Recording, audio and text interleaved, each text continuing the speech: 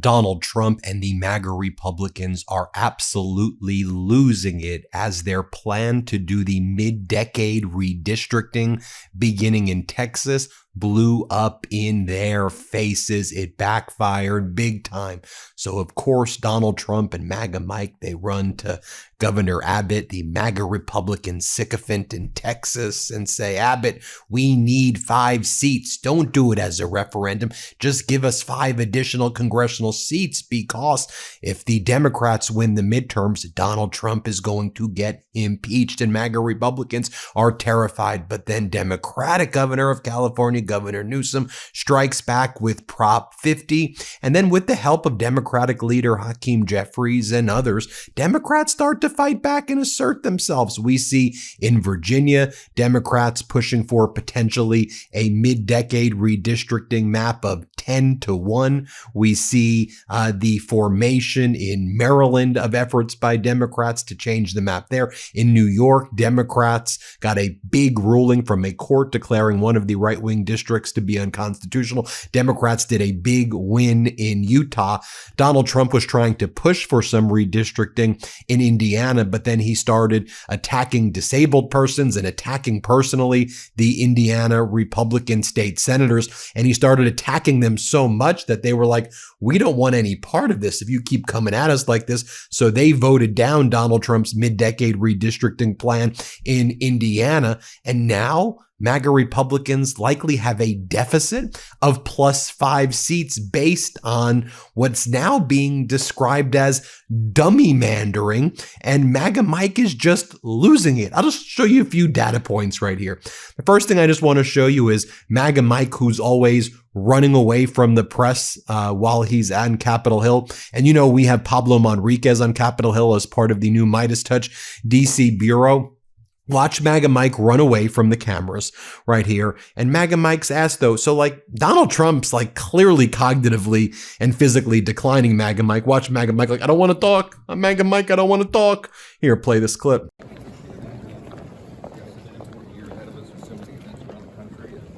I think it'd be a reckless decision on their part. The president mistakenly called Greenland Iceland. His speech is slurred. He's got bruises on his hands. Are you at all worried about the president's health or his decline at all? Is this a serious question? This president sleeps about 3 hours a night. He outworks everybody in this building by a factor of 2 or 3. Now, let me just show you, I think CNN did a great segment on it. The description here of the dummy mandering by Donald Trump, which has now resulted in Democrats with an advantage heading into the midterms. Let's play this clip right here. Yeah, okay. You know, Donald Trump and the Republicans started this redistricting fight, but it looks like that the Democrats are going to finish them off, because what are we talking about? What's the most likely outcome? Most likely House seat gain from mid-decade redistricting. You mentioned back in the summer of 2025, it started in Texas. It looked like Republicans, the most likely that they were going to get nationwide was 5 seats.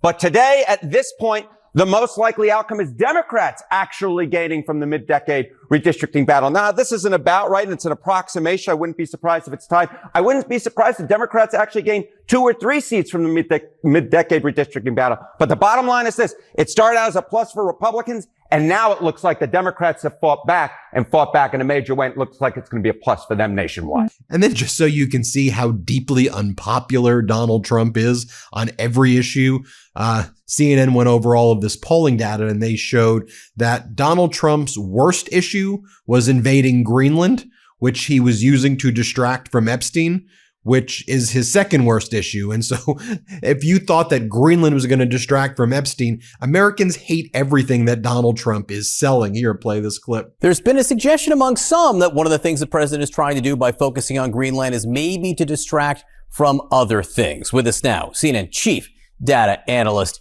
Harry Enton. So how much are people focused on Greenland opposed to other things? Yeah, okay. So this is the whole idea, John.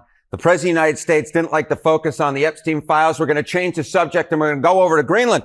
And from that perspective, it's worked. Look at this. Google searches versus December. For the Epstein files, down through the floor, far fewer people are searching for the Epstein files, down 72%. Of course, you can't fall any lower than down being 100%. Versus for Greenland, look at this. The highest on record. Up like a rocket, almost up 1,600%. My goodness gracious. So if the idea was to distract from the Epstein files and focus the American people on something else, It has been a success by that metric. But we don't know if that was the goal here. But if it was. Now, how is saying focus on Greenland opposed to the Epstein files in terms of focusing on an issue that's good for you? Yeah, okay. So if this was the idea, right, well, it's a bad idea politically speaking. Why do I say that? Because take a look here. Trump's net approval rating on the Epstein files, look at that. Just absolutely awful. 38 points below water. But any try to buy Greenland is somehow even more unpopular. Look at this. It's 40 points below water. There is barely an issue out there that's worse for Donald Trump than the Epstein files, but any attempts to buy Greenland or use military force on Greenland, which even polls worse than this, is one of them. It is arguably the most unpopular thing that Donald Trump can try to do is mess with Greenland. So Greenland is polling worse than the Epstein files. You got it. Before I showed you that clip, I said Americans are hating everything that Donald Trump is selling. Unless, of course, you're a MAGA Republican in Congress and you are stock trading. You are buying and selling stocks while the market gets manipulated by Donald Trump. One of the most rapacious stock traders while all of this is going down, though, is a guy by the name of Thomas Keene Jr. from New Jersey's 7th Congressional District. It seems like every other month we learn about some massive stock positions that he's taking. What was one of the most recent? He took a pretty big stock position in Texas Instruments, a top 10 semiconductor industry company, of course, while he sits on the Energy and Commerce Communications. So I guess for people like Kern, they're okay with all this madness because of, I guess it's a great payday for them. I don't know. But I can tell you that as these midterms are approaching, with Democrats now potentially taking a lead in the redistricting fight, we're also seeing Democrats in key areas asserting themselves right now and starting to move ahead of the pack. And that's why I want to highlight a Democratic congresswoman from that New Jersey 7th Congressional District, because all the stars seem to be aligning for this blue tsunami coming up. So I just think it's important that we highlight, with all of this dummy mandering taking place and with all of the fact that Democrats can basically wipe MAGA Republicans out, let's take a look at some of the superstar candidates, shall we?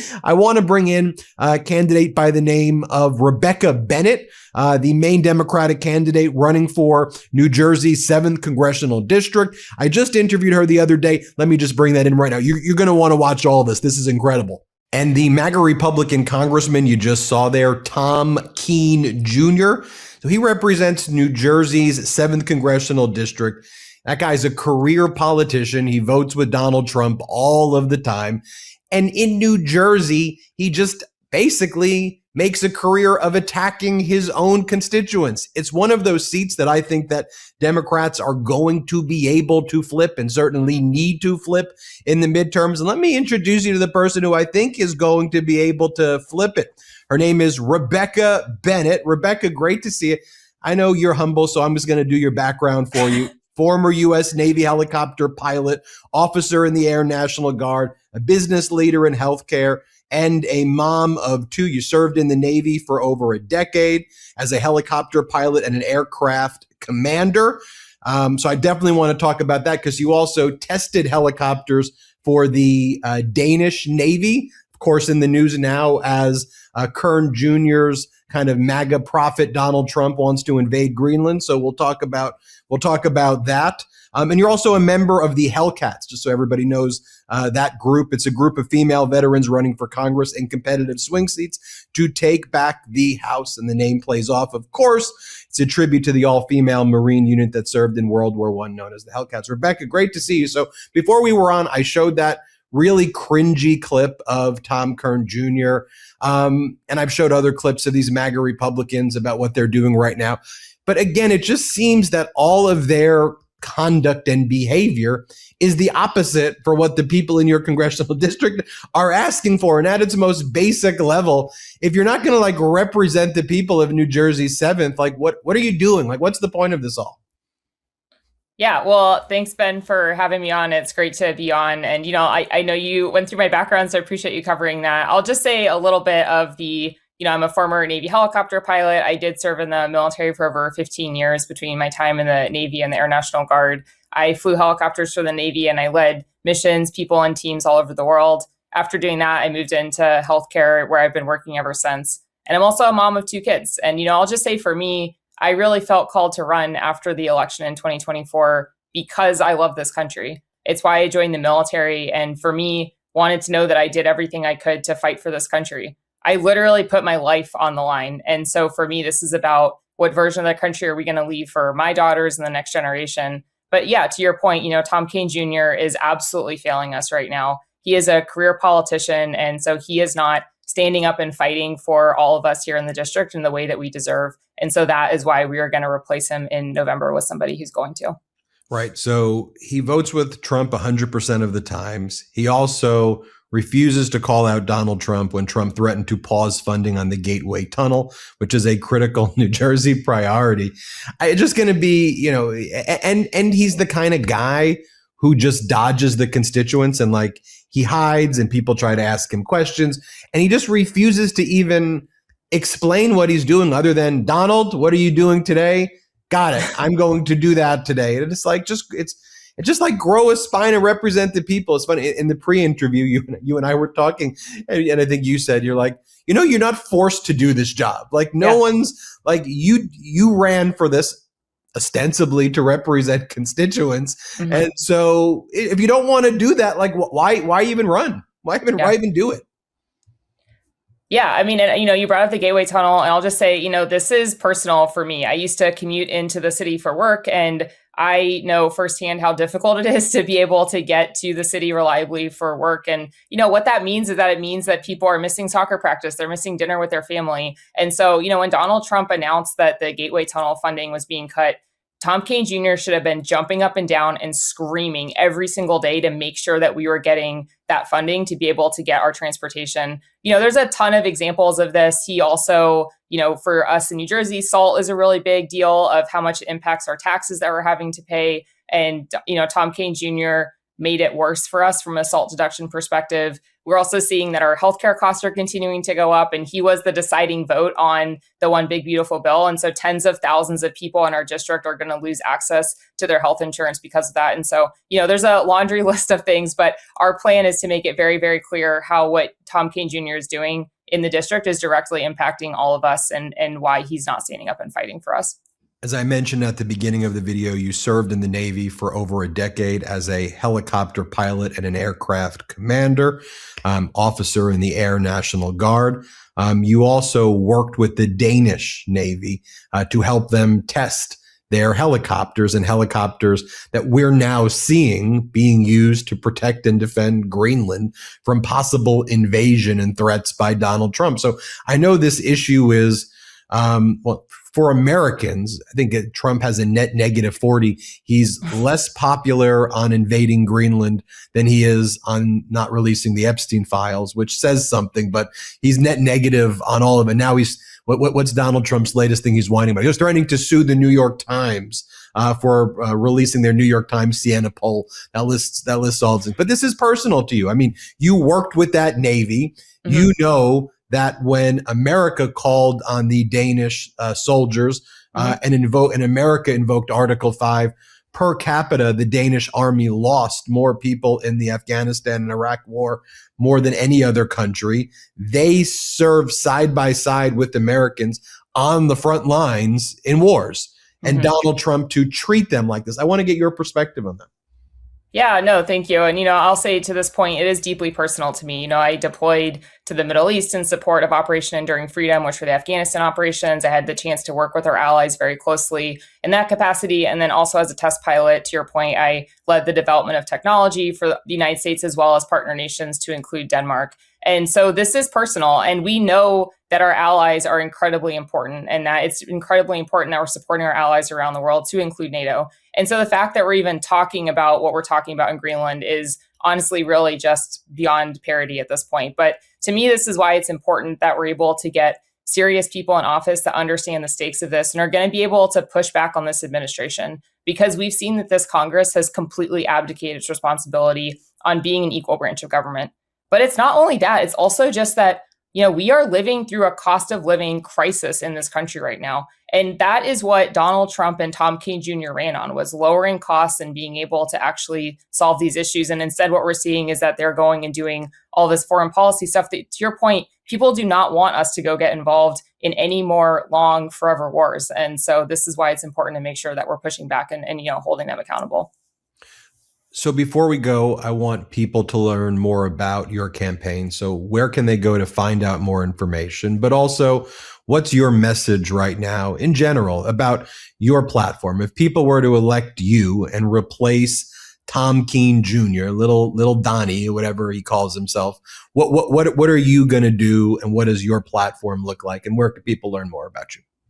Yeah, so the first one is, folks can follow us on social. They can also go to my website. It's RebeccaBennettForCongress.com. So would love to get people involved in the campaign. If they're interested in signing up to volunteer or help, please go check us out there. And then, as far as the message goes, the message that I am sharing with people is that this district in New Jersey 7th is one of the top opportunities for us to flip a seat from red to blue across the country. And so what I tell people is that I know that it is a scary time right now in our country, but we have something we can do about it, which is being able to flip this seat and to be able to send, principled, ethical leadership to Washington to fight for all of us. And, to your question on what are the things that I'm focused on, it's focused on the issues that I'm hearing most from everybody in the district. I'm also a mom and I'm raising my kids in this district. And so it's things like making sure we're really addressing cost of living and making sure that people can afford childcare and they can afford to pay for their healthcare, and we can bring our energy costs down and we can bring down our grocery prices, but really addressing the issues that I'm hearing most from people. So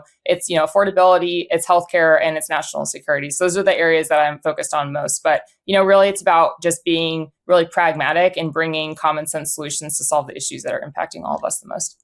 I want to remind everybody, make sure you all check out Rebecca's website and learn more about her campaign. As I mentioned before, this is one of those very flippable seats out there. So when people are wondering what's the math in order for Democrats to take control of the House, this is one of the seats that people are very much focused on, that I'm focused on. And I think you see what an incredible person, yet alone candidate, incredible person and background Rebecca has and is. And thanks for all you've done, and thanks for your service, Rebecca.